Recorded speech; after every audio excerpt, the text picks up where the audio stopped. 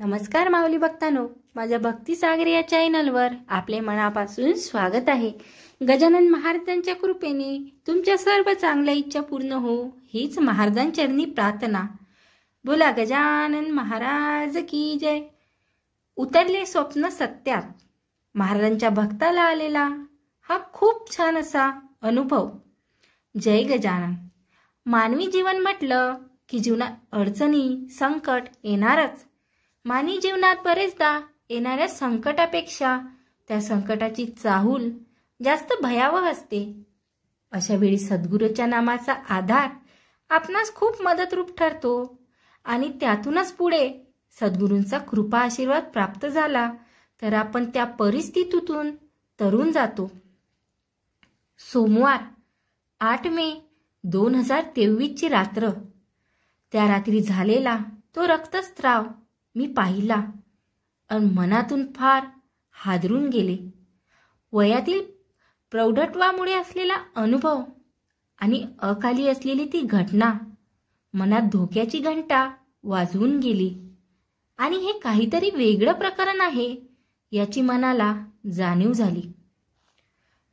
त्याच रात्री super speciality हॉस्पिटलला anaesthesia head of the department माझी मैत्रीण लुलू फतिमा अली हिला फोन लावून वृत्तकथन केले.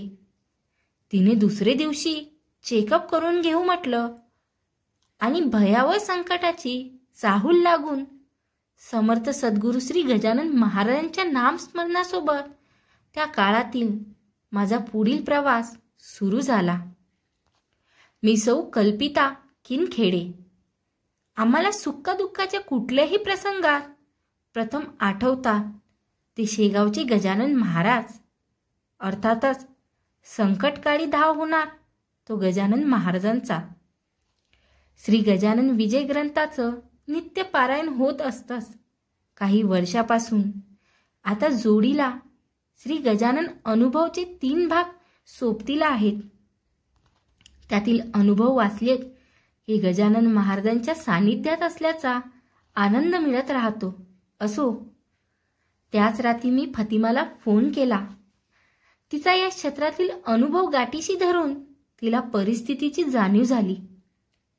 ती बोलली, कल्पिता, वर्णनावरून प्रकरण गंभीर वाटतंय. योगायोगाने मी 2 दिवसांनी US ला जात आहे. तेव्हा तू उद्याच ये. आपण सर्व टेस्ट करून घेऊ. दुसरे दिवशी म्हणजे मंगळवार दिनांक 9 मेला यूरोलॉजीचे HOD डॉक्टर सेलोकर यांना भेटले. त्यांनी काही टेस्ट करायला सांगितल्या. त्यापैकी काही 9 मेला तर बाकी 10 मेला करून घेतल्या. ब्लड टेस्ट आणि सोनोग्राफीत काही एबनॉर्मल जाणवलं. युरिन ट्रॅकमध्ये गाठ आढळून आली. त्यामुळे तातडीने ऑपरेशन करणं गरजेचं झालं. 11 मे गुरुवार, महाराजांचा वार. सकाळी उठून मी श्री गजानन विजयचा 13वा अध्याय वाचला. महाराजांना म्हटलं, महाराज, ऑपरेशनच्या वेळी तिथे हजर असा. डॉक्टरच्या हाताला यश देणारे तुम्ही आहात. ऑपरेशन झालं. एक लहान ट्यूमर रिमूव्ह करण्यात आला आणि बायोप्सीसाठी पाठवण्यात आला. हा जीवनघेणा आजार आहे याची जाणीव अस्वस्थ करून गेली. जीवाची घालमेल होती.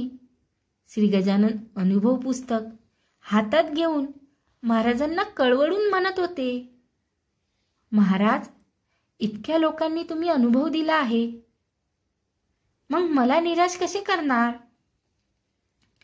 साधारण 8 दिवसात रिपोर्ट आला. ती सुरुवात होती माझ्यासाठी एका आजाराची आणि डोक्यावर प्रचंड टेन्शन घेऊन जगण्याची. चिंताग्रस्त जीवन सुरू झालं. डोक्यात एकच विचार, कुणाची ट्रीटमेंट घ्यावी, काय औषध घ्यावं. मनात कुठेतरी ऐकलेलं एक वाक्य घर करून होतं, that is more peaceful than the treatment. CT scan, endoscopy आदी गोष्टींना सामोरे जात होते आजूबाजूचे लोक दोन धीराचे शब्द बोलत होते. भेटणारी व्यक्ती अमुक करा तमुक करा सूचना देत होती. डोक्यात विचारांचा गोंधळ माजला होता. अशातच एका संध्याकाळी मी महाराजांसमोर बसले. माझा धीर खचला आणि मी महाराजांशी बोलू लागले. का अंत पाहता? मी नेमके काय उपचार घेऊ? यातून मी कशी बाहेर पडेल? बोलता बोलता मला रडायला आलं. त्या दिवशी मी हमसून हमसून रडले. आर्ततेने महाराजांना विनवणी केली की काही मार्ग सुचवा. मला थकवा जाणवला. काही मार्ग सुचवा असं पुटपुटत मी उठले आणि अंथरुणावर पडले आणि गाढ झोप लागली. त्याच रात्री पहाटे मला स्वप्न पडलं. त्यात मी पाहिलं, मी घरात बसले. दारावरची बेल वाजली. मी दार उघडलं. दारात एक तरुण उभा होता. तो माझ्याकडे पाहून बोलला, हे औषध श्रुती आयुर्वेदिक पुणे यांच्याकडून. त्यानं मला एक बॉक्स दिला. त्या बॉक्सवर अक्षर होते, श्रुती आयुर्वेद पुणे. मी तो बॉक्स घेतला. आत आले. तो मुलगा मला व्यवस्थित नीटनेटका आणि सुशिक्षित वाटला. तो गेला. मी दार बंद केलं आणि मला जाग आली आणि मी स्वप्नात हरवले. कारण त्या स्वप्नाचा अर्थ होता, मी काल संध्याकाळी गजानन महाराजांना केलेली प्रार्थना त्यांनी ऐकली होती. मला आयुर्वेद ट्रीटमेंट घ्यायची होती. मात्र श्रुती आयुर्वेद हे कुठेही न पाहिलेलं आणि न ऐकलेलं नाव आता शोधायचं होतं. आम्ही शोध सुरू केला. मी अगदी काळजीपूर्वक मोबाईलवर शोध घेऊ लागले. माझ्या डोळेसमोर चक्क श्रुती आयुर्वेदिक पुणे असं नाव आढळलं. नंबरही दिसला. मी त्यांना मेसेज केला, मी कल्पिता, माझा भाऊ तुमच्याशी संपर्क साधून बोलेल. त्याप्रमाणे भावाने त्यांच्याशी संपर्क साधला. आम्हाला समजलं ते डॉक्टर संजय कुलकर्णी आहेत. आणि आश्चर्याची बाब म्हणजे ज्या कारणासाठी मला औषध हवं आहे त्याचंच ते स्पेशलिस्ट आहेत. इतकंच नाही तर ते परदेशातही औषध पाठवितात. भावाने त्यांची फी काय, ते कुरिअरने औषध पाठवतील का आधी चौकशी केली आणि असं ठरवलं की मी, माझे मिस्टर, भाऊ, तिकडील दोघं असा एक कॉन्फरन्स कॉल व्हावा व सविस्तर चर्चा व्हावी. ठरल्याप्रमाणे व्हिडिओ कॉन्फरन्स कॉलची योजना झाली. मी, माझा भाऊ व मिस्टर आम्ही होतो, तर डॉक्टर संजय कुलकर्णी सोबत दोघं होते. प्रथम मी त्यांना सर्व हकीकत सांगून स्वप्नातून हे नाव कळल्याचं सांगितलं. बोलता बोलता माझी नजर त्यांच्या बाजूस बसलेल्या तरुणाकडे गेली. मला एकदम वाटून गेलं की आपण याला कुठे पाहिलं आहे. मी त्यांना विचारलं, हा कोण? म्हणाले, हा माझा मुलगा. म्हटलं, अहो हाच तर तो ज्याला औषधचा बॉक्स घेऊन स्वप्नात मी पाहिलं. त्यांना अतिशय आनंद झाला. ते म्हणाले, जिथे प्रत्यक्ष गजानन महाराज यात माध्यम आहेत, तेव्हा फी हा मुद्दा गौण आहे. ट्रीटमेंट महत्त्वाची आहे.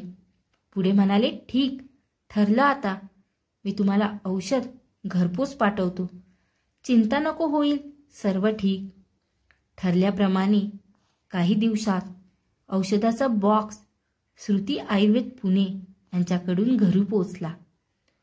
तो बॉक्स पाहून माझ्या आश्चर्याला आणि आनंदाला पारावार उरला नाही.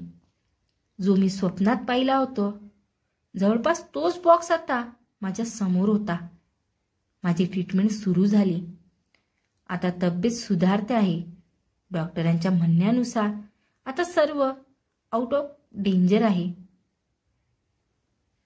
माझ्या प्रार्थनेला गजानन महाराज धावले. ही आनंदाची बाब आहे. श्री गजानन अनुभवमधील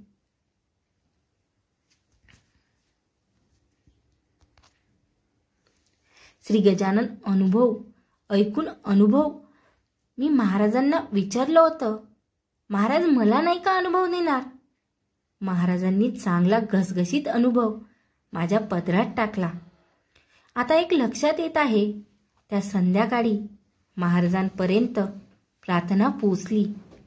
कारण ती उत्कटता होती, ते अनुसंधान होतं, आर्तता होती. आता महाराजांना एकच मागणं आहे, महाराज मला सतत तुमच्या सोबत जोडून ठेवा. त्यासाठी माझ्या मुखी सातत्याने नाम येऊ द्या. श्री गजानन, जय गजानन, श्री गजानन, जय गजानन. जय गजानन माऊली भक्तांनो, माझा व्हिडिओ आवडल्यास गजानन महाराजांच्या भक्तापर्यंत हा नक्की पोचवा. जय गजानन.